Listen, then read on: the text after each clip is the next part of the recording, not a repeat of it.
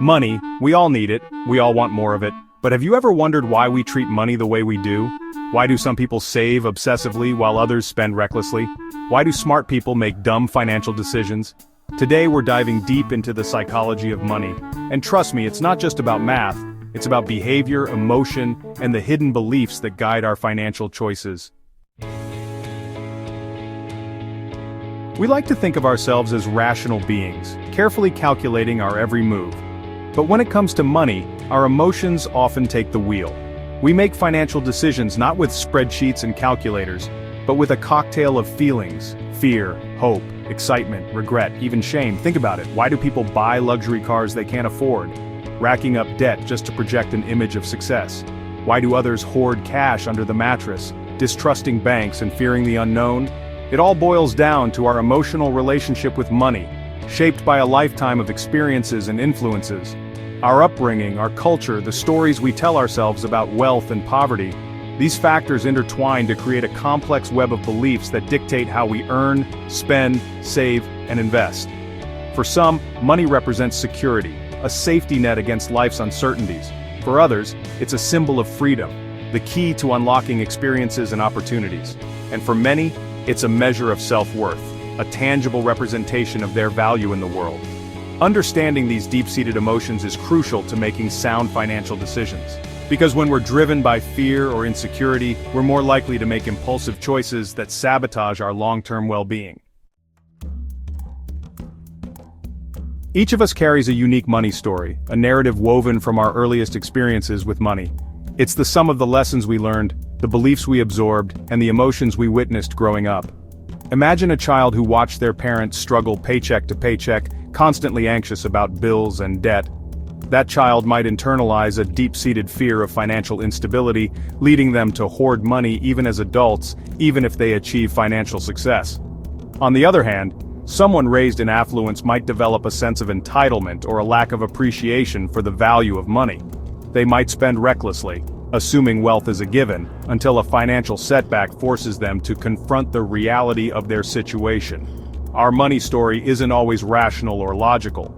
It's a powerful force that shapes our financial behavior, often unconsciously. Recognizing your own money story is the first step to breaking free from its grip. By understanding the origins of your beliefs and behaviors, you can start to challenge the assumptions that might be holding you back. Are you repeating the patterns of your parents, even if those patterns no longer serve you? Are you letting past experiences dictate your financial future? We often convince ourselves that our spending habits are driven by logic and necessity. We need that new phone, that vacation, that designer handbag. But the truth is, we often spend money to feel something, not just to acquire something. Think about the last time you indulged in a little retail therapy. Were you really in desperate need of another pair of shoes? Or were you seeking solace from a stressful day, a temporary boost of happiness? Our consumer culture thrives on this emotional connection to spending. Marketers understand the power of tapping into our desires, our insecurities, and our aspirations. They don't just sell products, they sell emotions, experiences, and a sense of belonging. And social media acts as a powerful amplifier, constantly bombarding us with images of curated lives and aspirational lifestyles, fueling a sense of inadequacy and a desire to keep up with the Joneses. Recognizing the emotional triggers behind your spending habits is crucial to gaining control of your finances. Are you trying to impress others with material possessions? Are you seeking validation or a sense of belonging through your purchases?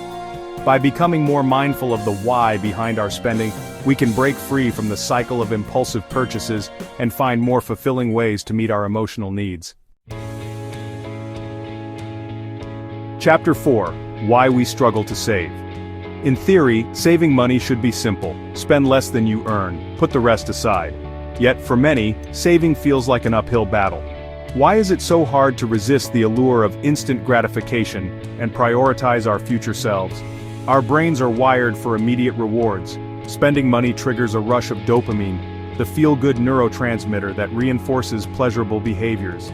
Saving, on the other hand, requires delayed gratification, a concept our impulsive brains struggle to grasp. The future feels abstract, distant, while the temptation to indulge in the present is all too real. This is compounded by the fact that saving often lacks a tangible, immediate reward. We see the money leave our accounts each month, but the benefits of our discipline remain hidden in the future. This lack of instant feedback can make saving feel like a sacrifice, a deprivation, rather than an investment in our future well-being. The key to overcoming this mental hurdle is to reframe our relationship with saving. Instead of viewing it as a chore, a punishment for spending, we need to attach a purpose, a tangible goal to our savings efforts. Are you saving for a down payment on a house, a dream vacation, your child's education? Chapter 5. Investing, Fear versus Patience. Investing is often portrayed as a game of numbers, a rational pursuit driven by data and analysis. But in reality, it's a battlefield where emotions and logic collide. Fear and greed, the two most primal human emotions, can wreak havoc on even the most well-thought-out investment strategies. When markets tumble and portfolios shrink, fear takes hold. We see our hard-earned money vanish before our eyes, and our instincts scream at us to cut our losses, to sell everything before it's too late. This panic-driven selling often leads to investors locking in losses and missing out on the eventual recovery. On the flip side, when markets are soaring and everyone seems to be getting rich, greed takes over. We chase the latest hot stocks, ignoring risks and succumbing to FOMO, the fear of missing out. This reckless pursuit of quick profits often ends in disaster, as bubbles burst and markets inevitably correct. The most successful investors, however, understand the importance of mastering their emotions. They approach investing with a long-term perspective, riding out the inevitable market fluctuations with patience and discipline. They recognize that fear and greed are not strategies, they are emotional responses that can lead to costly mistakes. Instead of reacting to every market swing, they stick to their plan, trusting in the power of time and compound growth to build wealth over the long run. Chapter 6. Changing Your Money Mindset. So, how do we break free from the emotional roller coaster of money and make smarter financial decisions? It starts with awareness. By understanding the psychological forces that shape our relationship with money, we can begin to challenge our limiting beliefs and develop healthier habits. First, delve into your money story. Uncover the experiences and influences that have shaped your financial beliefs. Once you understand the why behind your behaviors, you can start to rewrite the narrative. Second, focus on building sustainable habits, not chasing quick fixes. Financial success is a marathon, not a sprint. It's about making consistent, mindful choices over time, not falling for get-rich-quick schemes or relying on willpower alone. Third, cultivate mindfulness in your financial life. Before making a purchase, take a moment to pause and reflect. Ask yourself, do I need this, or do I just want it? How will this purchase impact my long-term goals? This simple act of mindfulness can help you break free from impulsive spending and make more intentional choices. Finally, define your own version of wealth. Wealth isn't a one-size-fits-all concept. It's not about accumulating the most toys or keeping up with the Joneses.